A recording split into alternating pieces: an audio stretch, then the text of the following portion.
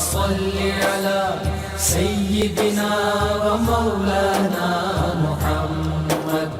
وعلى بسم اللہ الرحمن الرحیم۔ السلام علیکم ناظرین و سامعین کرام، پروگرام یاد الہی میں روزانہ عظیم ہستیوں کے تذکارے پاک کیے جاتے ہیں اور اس کے ساتھ ساتھ کچھ ایسے موضوعات پر گفتگو ہوتی ہے جن سے آپ کو رہنمائی حاصل ہوتی ہے۔ آج علامہ محمد اقبال رحمۃ اللہ تعالی علیہ، مفکر پاکستان اور مصور پاکستان، حکیم الامت اور جدید نظریات کے ہوتے ہوئے اسلام کے قوانین کے مطابق شاعری کرنے والے کئی پہلو ہیں۔ عظیم عاشق رسول صلی اللہ علیہ وآلہ وسلم، اس حوالے سے گفتگو ہوگی۔ اس سے پہلے کتاب الشفا سے آج کا وظیفہ، بد کلامی سے بچنے کا روحانی عمل۔ بعض اوقات نوجوانوں میں، بڑے عمر کے لوگوں میں بھی صحبت کی وجہ سے a man is known the company which he keeps، انسان اپنی کمپنی، اپنی صحبت، اپنے دوستوں کی وجہ سے ہی پہچانا جاتا ہے۔ تو وہ کچھ بری عادات یا برے الفاظ اس کا تکیہ کلام بن جاتے ہیں اور وہ غور نہیں کرتا اس پر کہ یہ فحش الفاظ ہیں یا یہ گناہ کی طرف لے جانے والے، اور گناہ ہیں، جھوٹ ہے، اسی طرح بد کلامی ہے، برے لفظ بولنا، گالی گلوچ کرنا، یہ ساری چیزیں، ان سے بچنے کا روحانی عمل کوشش کی جائے کہ خود اپنے نفسیاتی طور پر بھی یہ کوشش کریں کہ یہ گناہ ہیں، ان سے بچنا ہے، بچنے کی کوشش کریں، اور اس کے ساتھ ساتھ اللہ تعالیٰ کو یاد کریں۔ تو بد کلامی سے بچنے کا روحانی عمل، جس شخص کی زبان پر گالیاں اور فحش الفاظ زیادہ جاری ہوں اور وہ کسی طرح زبان کو پاک نہ رکھ سکتا ہو، تو 9 مرتبہ مٹی کے کورے پیالے پر اللہ تعالیٰ کا اسم مبارک یا حمید لکھے۔ مٹی کا ایک پیالہ لیا جائے، نیا پیالہ، اس پر 9 مرتبہ اللہ تعالیٰ کا اسم مبارک یا حمیدو یہ لکھے، اور پھر اسی اسم مبارکہ کو 90 مرتبہ پڑھ کر پیالے پر دم کر دے، پھونک مار دیں، اور اس میں پانی ہوگا، وہ پانی پی لے، انشاءاللہ ضرور بد کلامی سے محفوظ رہے گا۔ تو یہ بہت مجرب عمل ہے، آپ کو ضرورت ہے، ضرور اپنے معمول کا حصہ بنائیے، اپنے اعزاء قریبہ یعنی رشتہ دار، اسی طرح دوست، احباب، پڑوسی، محلے دار، امت مسلمہ تک پہنچائیے۔ میرے آپ کے، ہمارے بتانے سے ہمارے کسی بھی مسلمان بہن بھائی، کسی مسلمان فرد کا فائدہ ہوتا ہے، انشاءاللہ یہ ہمارے لیے بھی دین و دنیا آخرت میں بھلائی، فائدے اور نجات کا باعث ہوگا۔ اللہ تعالیٰ مجھے، آپ کو، ہم سب کو دین و دنیا آخرت میں بھلائیاں، آسانیاں عطا فرمائے اور ہمیں آسانیاں بانٹنے والا بنائے اور مشکلات میں ہماری حفاظت فرمائے، ہماری مدد فرمائے، آمین۔ مفکر ملت، مفکر اسلام، مصور پاکستان، عاشق رسول، شاعر مشرق، جناب ڈاکٹر علامہ محمد اقبال رحمۃ اللہ تعالی علیہ، آپ کی ولادت کا اگر ذکر کیا جائے، شیخ نور محمد رحمۃ اللہ تعالی علیہ، ان کے ہاں سیالکوٹ میں آپ کی ولادت ہوتی ہے 9 نومبر ہی کے دن 1876 عیسوی میں۔ آپ کے والد گرامی یہ بھی درویش منش انسان تھے اور اللہ کے عبادت کرنے والے، اسی طرح باشرہ، گھر میں وہ اسلام کی تعلیمات پر عمل پیرا ہونے کا رواج بھی تھا، اور ظاہری شکل و صورت جو ہے ان کے والد گرامی کی، وہ بھی باشرہ تھے، یعنی داڑھی بھی تھی، باریش تھے اور نماز کے پابند تھے۔ والدہ جو ہیں علامہ اقبال علیہ رحمہ کی، وہ بھی اللہ کی نیک بندی تھیں، اور پوری زندگی ان کا یہ معمول رہا، عبادات اور ریاضات کے علاوہ بھی، کہ حلال لقمہ ہی خود بھی کھایا اور علامہ اقبال علیہ رحمہ کے پیٹ میں بھی حلال لقمہ ہی ڈالا۔ اور اس حوالے سے ایک مشہور واقعہ ملتا ہے کہ حرام مکمل حرام نہیں لیکن مشتبہ سے مراد یہ کہ بعض اوقات کچھ چیزیں ایسی آ جاتی ہیں سامنے، کھانے کی، خوراک کی یا کمائی میں کہ جس کے بارے میں مکمل یقین نہیں ہوتا کہ یہ بالکل حلال ذرائع سے ہے یا کہیں اس میں کوئی شک و شبہ ہے، تو ایسی مشتبہ چیزوں سے بھی ان کی والدہ علامہ اقبال علیہ رحمہ کی والدہ گھر کو بچایا کرتی تھیں، خوراک یا رزق کے ذرائع میں اگر ایسا کوئی معاملہ ہو جاتا تو اس سے بھی دوری اختیار کیا کرتی تھیں۔ اور حقیقت یہ ہے کہ والدین کی تعلیم و تربیت اور گھر کا ماحول، پھر ماں کی گود جسے پہلا تعلیم کا گہوارہ بھی کہا جاتا ہے، یہ چیزیں ہوتی ہیں بنیادی۔ اگر یہ بہترین ہوں، اللہ اور اس کے رسول صلی اللہ علیہ وآلہ وسلم کے احکام کے مطابق گھر کا ماحول ہو، والدین کی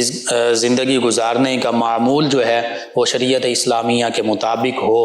والدین ہی حلال حرام کی تمیز کرنے والے ہوں، اللہ اور اللہ کے پیارے حبیب صلی اللہ علیہ وآلہ وسلم کے احکامات کی تعمیل کرنے والے ہوں اور عاشق رسول صلی اللہ علیہ وآلہ وسلم ہوں، تو پھر اور خود تلاوت قرآن پاک کرنے والے، نماز پڑھنے والے، پھر اولاد کو کہنے کی بھی ضرورت نہیں پڑتی کہ بیٹا تم نماز پڑھا کرو، تم تلاوت قرآن کریم کیا کرو، تم حرام چیزوں سے بچا کرو، تم جھوٹ نہ بولا کرو۔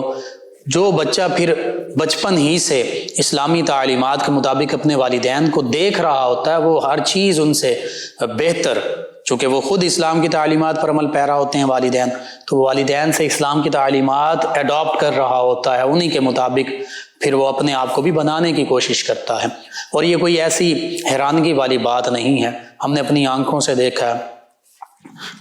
اپنے بھی معاملات ہیں دوستوں کے دیگر کہ جو والدین نماز پڑھنے والے ہوتے ہیں، بچے چاہے وہ 4 سال کے بھی ہوں، 5 سال کے ہوں، 6 سال کے ہوں، وہ ان کو دیکھ کے بچے بھی اسی طرح کوشش کرتے ہیں کہ ہم وضو کریں، ہم اسی طرح والدین کے ساتھ بعض اوقات وہ کھڑے ہو جاتے ہیں، جس طرح والدین نماز پڑھ رہے ہوتے ہیں، ماں نماز پڑھ رہی ہوتی ہے، اسی طرح بچے نماز پڑھنا شروع کر دیتے ہیں۔ اگر والدین اللہ کے نبی صلی اللہ علیہ وآلہ وسلم کی نعتیں پڑھنے سننے والے ہوں تو بچوں کا بھی شوق یہی ہوتا ہے کہ ہم بھی اللہ کے پیارے حبیب صلی اللہ علیہ وآلہ وسلم کی نعت سنیں، پڑھنے والے بن جائیں۔ ان کے لب پر بھی پھر گانے نہیں ہوتے، ان کے لبوں پر پھر آقا کریم صلی اللہ علیہ وآلہ وسلم کی نعتیں ہوتی ہیں۔ والدین تلاوت کرنے والے ہوں، بچے بھی ساتھ بیٹھ جاتے ہیں اور ان کی بھی کوشش ہوتی ہے کہ ہم بھی تلاوت کلام پاک کریں اور سیکھیں، اور ان میں بھی وہ شوق اور جذبہ پیدا ہو جاتا ہے۔ تو سب سے پہلا جو بچے کے لیے تربیت گاہ ہے، تعلیم اور تدریس کی جگہ ہے، اور سب سے پہلا مدرسہ جو ہے، سب سے پہلا مکتب جو ہے، سب سے پہلا اسکول جو ہے، وہ ماں کی گود ہے، وہ گھر ہے، وہ والدین کی اپنے معمولات ہیں۔ اگر والدین، یہ حقیقت ہے، حتیٰ کہ آج کی تو جو ماڈرن سائنس ہے وہ تو اس سے آگے کی بات کرتی ہے، اور اس پر اولیاء کاملین صالحین کے واقعات بھی گواہ ہیں۔ ماڈرن سائنس تو یہ کہتی ہے کہ پیٹ میں، ابھی ماں کے پیٹ میں بچہ ہے تو بچہ آوازیں بھی سن رہا ہوتا ہے، تمام معاملات اس تک پہنچ رہے ہوتے ہیں، حتیٰ کہ سائنٹسٹ یہ کہتے ہیں کہ اگر ماں جو معمول پریگنینسی کے دوران کر رہی ہوتی ہے، یعنی اگر وہ تلاوت کلام پاک، نعت رسول مقبول، اوراد و وظائف، نماز، ان میں مصروف ہوتی ہے، تو آنے والا بچہ جو ہے وہ آئندہ جب اس دنیا میں آئے گا تو وہ بھی انہی معمولات کی پیروی کرنے والا بنے گا۔ لیکن اگر اس کے برعکس ماں دیگر معمولات میں، جیسے بس ہمارے مسلمانوں کی بدقسمتی کہ بظاہر ہم اپنے آپ کو مسلمان کہتے ہوئے بھی دین بیزار ہیں، لبرل اور سیکولرزم کے نام پر کیا کیا خرافات ہم نہیں کرتے، کن کن چیزوں میں پڑے ہوئے ہیں کہ آج تو ایسے معاملات ہیں کہ مائیں، وہ ابھی بچہ دنیا میں آیا نہیں تو ماؤں سے اور گھر کے معاملات سے وہ کیا سیکھ رہا ہوگا کہ ڈرامے، فلمیں، اسی طرح پھر ناچ گانے، واللہ عالم کیا کیا معاملات ہوتے ہیں۔ تو بس علامہ اقبال علیہ رحمہ بظاہر پی ایچ ڈی ڈاکٹر بھی تھے، LLB بھی کی، یعنی بیرسٹر بھی تھے، وکیل بھی تھے، اسی طرح فلسفہ میں MA بھی کیا، ماسٹر آف فلاسفی بھی کی، ساری دنیاوی علوم بھی سارے حاصل کیے، لیکن آپ خود فرماتے ہیں کہ خیرہ نہ کر سکا مجھے جلوائے دانش فرنگ، سرما ہے میری آنکھ کا خاک مدینہ و نجف۔ کہ میں یورپ میں رہا ہوں لیکن مجھے یورپ کی جو معمولات تھے، یورپ کی جو رنگینیاں تھیں اور جلوہ فرنگ جو تھا، فرنگیوں کے جو ظاہری جلوے تھے اور ظاہری معاملات تھے، وہ میری آنکھوں کو وہ خیرہ نہیں کر سکے، میری آنکھیں اس طرف لگی ہی نہیں، کیونکہ سرما ہے میری آنکھ کا خاک بطحا و نجف یا مدینہ و نجف، کہ میری تو آنکھ میں مدینہ طیبہ اور نجف اشرف جو ہے ان کی خاک کا سرما موجود تھا۔ یعنی آقا کریم صلی اللہ علیہ وآلہ وسلم، صحابہ کرام، اہل بیت کرام علیہم الرضوان، ان کی محبت وہ میری آنکھوں میں رچی بسی تھی، میرے دل میں رچی بسی تھی، تو پھر دنیا کی دیگر محبتیں، دیگر رنگینیاں وہ میری آنکھوں میں کیسے سما سکتے تھے؟ یہ علامہ اقبال علیہ رحمہ، اور اس کے پیچھے بھی سب سے پہلے آپ کے والدین ہی کی تعلیم و تربیت کا اثر ہے۔ انہوں نے آپ کی جو تعلیم آپ کو دی، جو تربیت دی، اور جو ان کی اپنی زندگی تھی ان کا اثر تھا۔ اور آپ خود فرمایا کرتے تھے اس حوالے سے کہ میری والدہ کا بھی مجھ پر اثر ہے، والد کا بھی۔ بہرحال علامہ اقبال علیہ رحمہ نہ تو محض عقل و خرد کے پیچ و خم میں الجھے رہنے والے کوئی روایتی فلسفہ دان تھے، یعنی روایتی فلسفی نہیں تھے، اگرچہ فلسفہ پڑھاتے بھی رہے، فلسفہ پڑھا بھی، اور نہ ہی لب و رخسار کے اسیر کوئی روایتی شاعر، عام روایتی شاعر بھی نہیں تھے جن کے بارے میں حال ہی نے کہا تھا کہ جہنم کو بھر دیں گے یہ شاعر ہمارے، کہ جھوٹ اتنا بولتے ہیں، اور قرآن بھی کہتا ہے وَالشُّعَرَاءُ يَتَّبِعُهُمُ الْغَاوُونَ، کہ یہ شعراء جو ہیں یہ تو طاغوت کی پیروی کر رہے ہوتے ہیں اور مختلف وادیوں میں یہ گھوم رہے ہوتے ہیں، کبھی کسی وادی میں بھٹکتے ہیں، کبھی کسی وادی میں بھٹکتے ہیں۔ ہاں، وہ شعر جو اصلاح کے لیے ہو، وہ شعر جو قرآن و سنت کی تعلیمات کے مطابق ہو، وہ شعر جو یا حمد ہو یا نعت ہو یا منقبت ہو یا اپنے اسلام کی محبت پر مشتمل ہو، وطن پاکستان کی محبت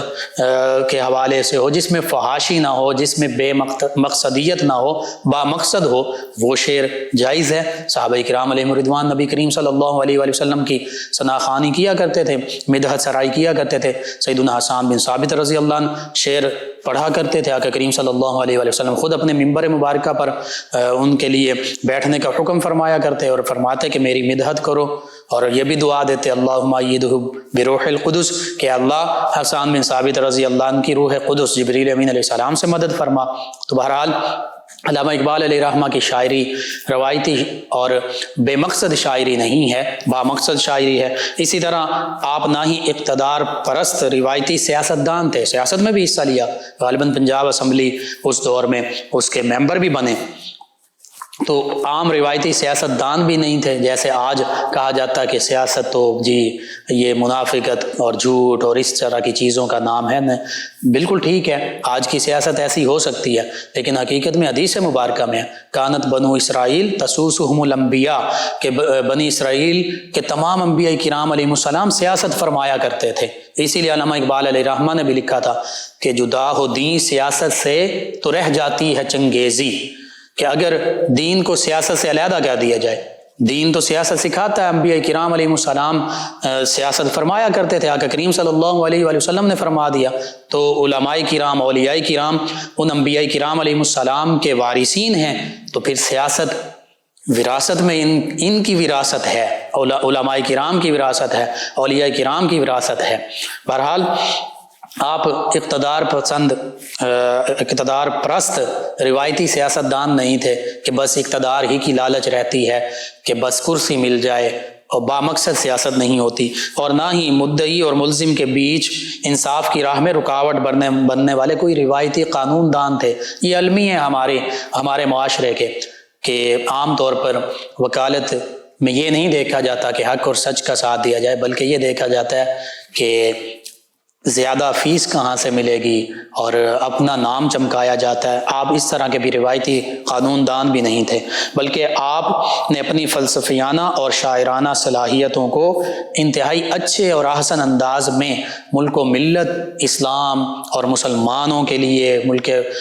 پاکستان جو کہ آپ ہی کا تصور تھا، اس کے لیے احسن انداز میں لوگوں تک اپنی شاعری کے ذریعے اور فلسفیانہ خیالات کے ذریعے اس چیز کو پہنچایا۔ آپ کی شاعری میں نے عرض کر دیا عام شعراء کی طرح نہیں تھی، بلکہ آپ کی شاعری قرآن و سنت کی تفسیر ہی تھی، قرآن و سنت کے موافق ہوا کرتی تھی۔ حتیٰ کہ آپ کی خدمت میں رہنے والے آپ کے جو ملازم ہیں دیرینہ خادم علی بخش علیہ رحمہ، اللہ کی رحمتیں ان پر بھی کہ اللہ کے ان نیک بندے ان کے ساتھ رہے، اتنی زندگی کا اپنا ایک دورانیہ گزارا، ان کے اپنے مشاہدات ہیں جو انہوں نے اپنی آنکھوں سے دیکھے، اور کہ ڈاکٹر علامہ اقبال علیہ رحمہ جب بھی شعر لکھنے کی آپ پر کیفیت طاری ہوتی تو فوراً قرآن مجید فرقان حمید منگوا لیتے، اور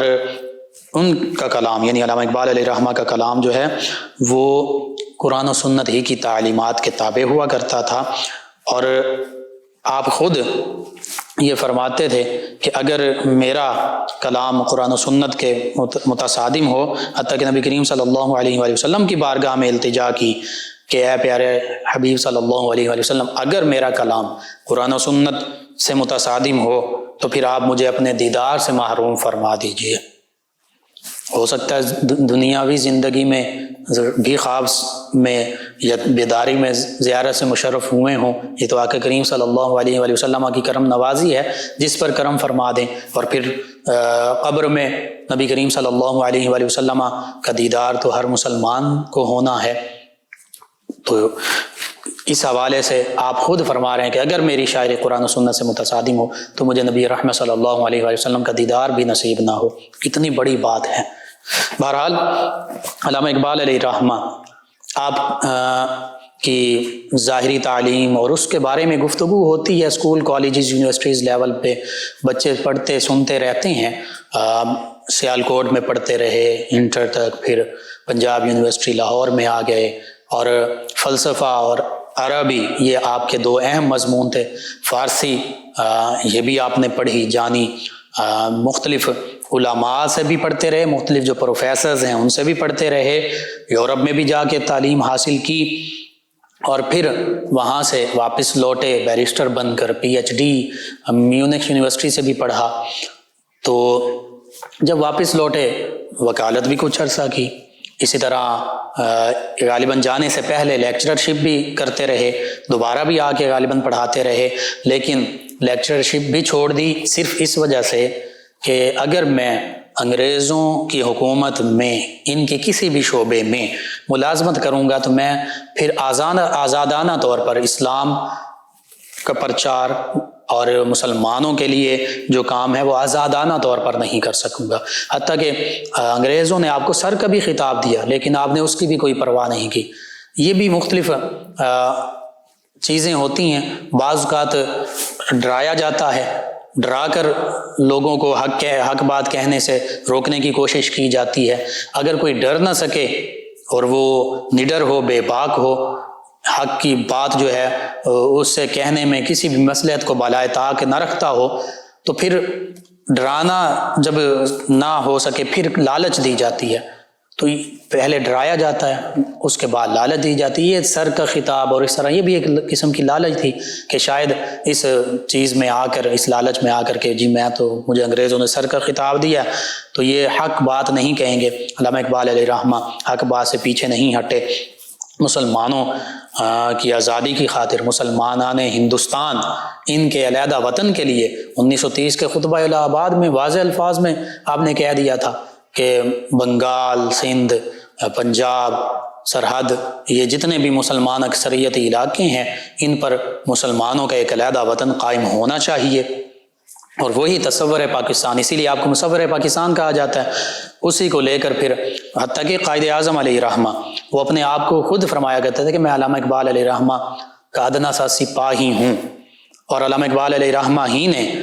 قائد اعظم محمد علی جناح علیہ رحمہ کو خط بھی لکھے اور اس بات پر ابھارا اور مائل کیا کہ آپ واپس آئیں اور مسلمانان ہندوستان کی جو سیاسی سربراہی ہے وہ خود آپ کریں۔ اور اس حوالے سے پھر اس خواب کا بھی ذکر ملتا ہے۔ نبی رحمت صلی اللہ علیہ وآلہ وسلم نے اپنی زیارت سے مشرف فرمایا قائد اعظم علیہ رحمہ کو۔ آپ خود اس خواب کا ذکر فرماتے ہیں، کرتے ہیں کہ نبی کریم صلی اللہ علیہ وآلہ وسلم نے مجھے حکم دیا کہ تم مسلمانوں کے لیے جاؤ ہندوستان اور مسلمانوں کے لیے اسٹرگل کرو، کوشش کرو۔ بہرحال ایک ایسا بھی موقع آیا کہ علامہ اقبال علیہ رحمہ بظاہر جب معاشی حالات تھوڑے سے تنگ تھے تو جو سر اکبر حیدری صدر اعظم دکن، انہوں نے 1937 میں 1,00,000 روپے کا چیک بھیجا۔ آپ اس پر بہت سخت ناراض ہوئے اور ایک قطعہ جو ارمغان حجاز آپ کی کلیات اقبال کا حصہ ہے، اس میں وہ شعر بھی، وہ قطعہ بھی ساتھ لکھا اور چیک کے ساتھ لکھ کر وہ واپس بھیج دیا۔ اسی طرح عشق مصطفیٰ صلی اللہ علیہ وآلہ وسلم، عشق رسول صلی اللہ علیہ وآلہ وسلم، یہ آپ کی گھٹی میں موجود تھا، والدین کی طرف سے ملا تھا، اور پھر جب عربی اور فارسی آپ نے پڑھی اور پھر عربی اور فارسی میں جو اسلامک لٹریچر ہے اس کو پڑھا، قرآن مجید فرقان حمید کا مطالعہ کیا، تو ہر جگہ نبی کریم صلی اللہ علیہ وآلہ وسلم کی محبت ہی محبت نظر آئی۔ پھر اسی محبت میں اتنے ڈوبے کہ علی بخش وہ خود کہتے ہیں کہ نبی کریم صلی اللہ علیہ وآلہ وسلم کا اسم مبارکہ جب آتا،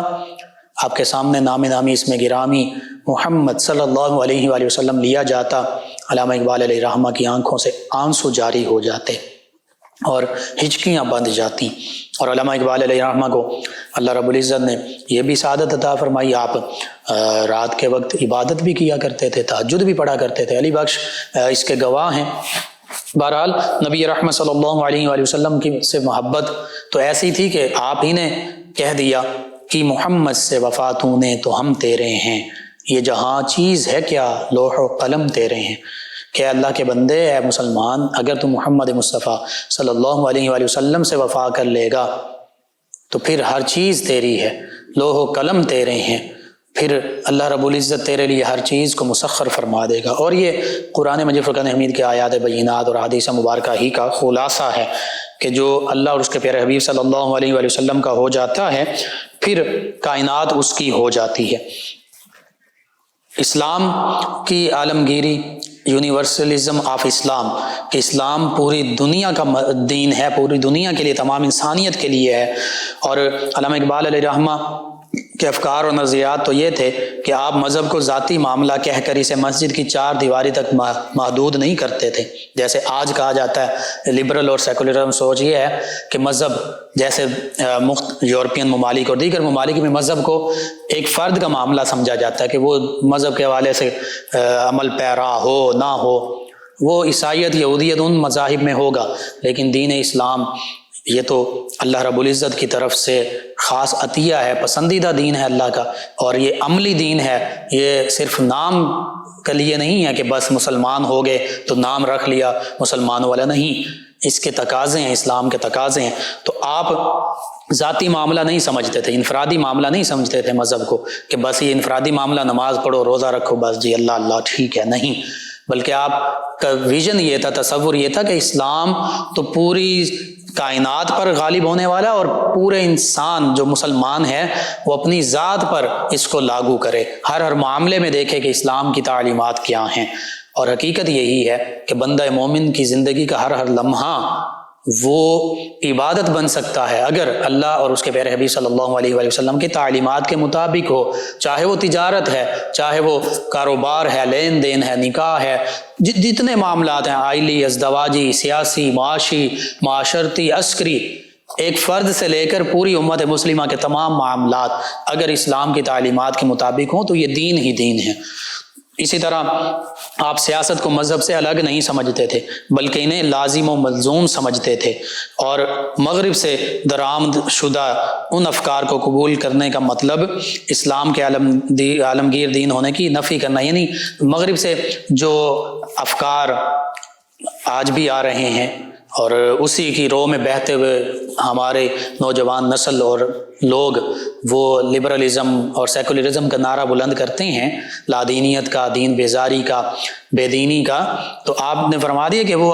افکار جو ہیں اسلام کے عالمگیر دین کی ہونے کی نفی کر رہے ہیں، اسلام ہی کے خلاف ہیں۔ اسلام تو یونیورسل ہے، اسلام تو ساری کائنات کے لیے، تمام انسانیت کے لیے ہے، اور وہ جو افکار ہیں وہ تو محدود کر دیتے ہیں ہر چیز کو۔ اسی لیے آپ نے فرمایا بانگ درا میں لکھا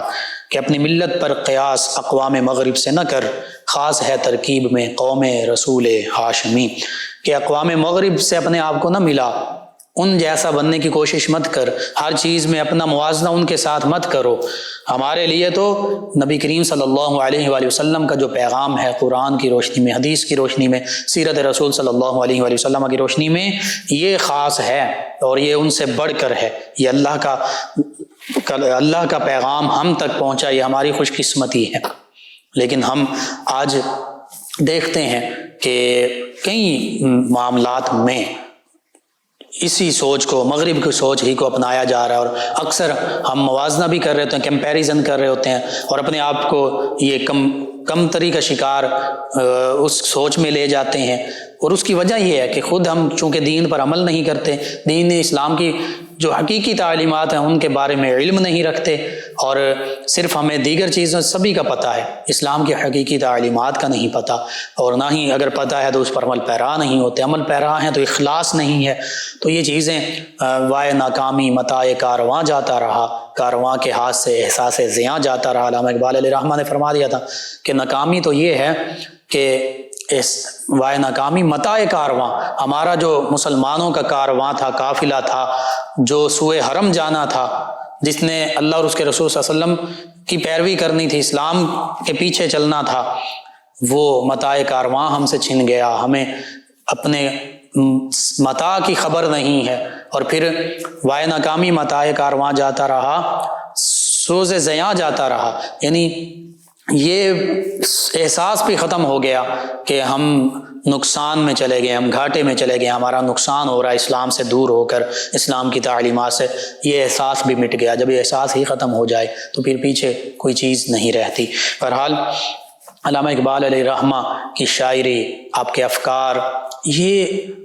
اتنے وسیع ہیں، اور ان پر ہماری نوجوان نسل کو پڑھنے کی بھی ضرورت ہے، سمجھنے کی بھی ضرورت ہے، عمل پیرا ہونے کی بھی ضرورت ہے۔ ہم علامہ اقبال علیہ رحمہ کا نام تو لیتے ہیں، لیکن حقیقت میں علامہ اقبال علیہ رحمہ کی بھی تعلیمات جو قرآن و سنت ہی سے ماخوذ ہیں، ان کے حوالے سے بھی ہم نے کبھی سوچا نہیں، سمجھا نہیں، پڑھا نہیں۔ اللہم صلی علی سیدنا و مولانا محمد وعلی سماعت فرما رہے ہیں پروگرام یاد الہی۔ ناظرین سامعین، علامہ محمد اقبال رحمۃ اللہ تعالی علیہ، آپ کے اشعار، یہ تو آج کے ایک شاعر انہوں نے خود فرمایا، ان سے میں نے سنا، کہا انہوں نے کہ اگر مسلمان علامہ اقبال علیہ رحمہ کی فارسی شاعری کو سمجھ لیں تو مسلمان دوبارہ اپنے پاؤں پر کھڑے ہو سکتے ہیں، دوبارہ اپنا کھویا ہوا مقام پا سکتے ہیں۔ اور حقیقت یہ ہے کہ فارسی شاعری علامہ اقبال علیہ رحمہ کی، اردو شاعری بھی بڑی بامقصد ہے، لیکن فارسی شاعری اس سے بھی اعلیٰ ہے۔ نبی رحمت صلی اللہ علیہ وآلہ وسلم کی عشق و محبت کا اس میں ذکر ہے، صحابہ کرام علیہم رضوان کے مناقب ہیں، اہل بیت کرام علیہم رضوان کی محبت کا ذکر ہے، اسی طرح مسلمانوں کہ جو زوال کے اسباب ہیں ان کا ذکر ہے۔ یوں سمجھ لیجئے کہ قرآن و سنت ہی کی تعلیمات کے مطابق مسلمانوں کے لیے وہ نسخہ کیمیا ہے، لیکن کیا آج کی ہماری نوجوان نسل علامہ اقبال علیہ رحمہ کی جو اردو شاعری نہیں سمجھ سکتی، کیا وہ فارسی شاعری سمجھ سکتی ہے؟ ضرورت اس امر کی ہے کہ ہم اپنے بچوں کو بالکل ماڈرن علوم، جدید علوم سبھی سکھائیں، لیکن قرآن و سنت کی تعلیمات بھی دیں۔ اپنے جو مشاہیر تھے ان کا نقطہ نظر کیا تھا؟ پاکستان کے حوالے سے، چونکہ ہمارے لیے علامہ اقبال علیہ رحمہ ہمارے محسن بھی ہیں، تو پاکستان ہی کے حوالے سے اگر ان کی شاعری کو پڑھ لیا جائے تو پتہ چلتا ہے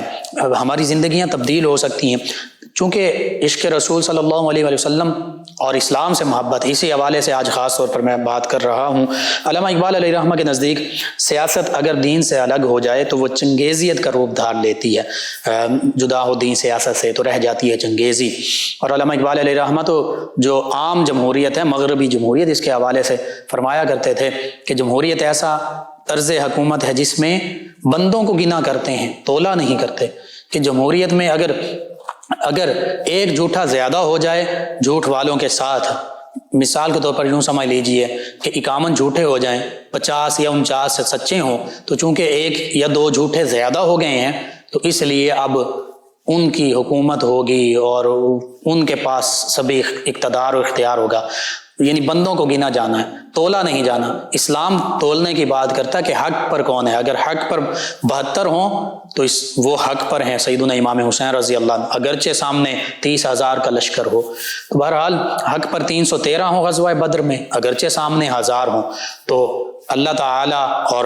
مسلمانوں کے لیے، تمام انسانیت کے لیے حکم یہ ہے کہ حق والوں کا ساتھ دو۔ تو بہرحال اسی طرح آپ کے نظریات یہ تھے قرآن و سنت کی تعلیمات کے مطابق، آپ فرماتے تھے اگر معاشی مفادات کے لیے دینی روایات پر سمجھوتا کر لیا جائے تو ایسی تجارت مسلمان کے لیے گھاٹے کا سودا ہے، کہ اب صرف دنیاوی مفادات کی خاطر دین اور اسلام کی جو تعلیمات ہیں ان کو پس پشت کر دیا جائے، اسلام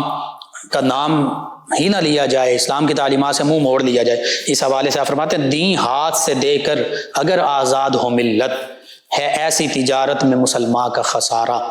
آج ہمارے تمام اللہ ماشاء اللہ مسلمان ممالک اسی چیز کا شکار ہو چکے ہیں کہ ہم سمجھتے ہیں کہ یورپ اور امریکہ اور دیگر ممالک ان کے ساتھ بس ہماری معاشی جو سرگرمیاں ہیں وہ چلتی رہیں، اگرچہ یہ ہمارے نبی کریم صلی اللہ علیہ وآلہ وسلم کی بارگاہ میں معاذ اللہ ثم معاذ اللہ تنقیص کرتے رہیں، معاذ اللہ ثم معاذ اللہ مسلمانوں کو برا بھلا کہیں، مسلمانوں کے ساتھ جو مرضی سلوک کریں کشمیر میں، فلسطین میں، لیکن ہماری تجارتیں، ہمارے مفادات ان سے وابستہ رہنے چاہیے، وہ کہیں ختم نہ ہو جائیں۔ علامہ اقبال علیہ رحمہ نے کیا فرما دیا کہ دین ہاتھ سے دے کر اگر آزاد ہو ملت، ہے ایسی تجارت میں مسلمان کا خسارہ۔ اور پھر نوجوانوں کے لیے علامہ اقبال علیہ رحمہ کا تصور تعلیم 4 مقاصد پر منحصر تھا: حقیقت کی تلاش، یعنی حق سچ کیا ہے، خودی کی پرورش، اسی طرح مقصد زیست، زندگی کے مقصد کا تعین، اور اسلامی اجتماعیت سے غیر متزلزل ربط اور وفاداری، اسلام کے ساتھ وفاداری۔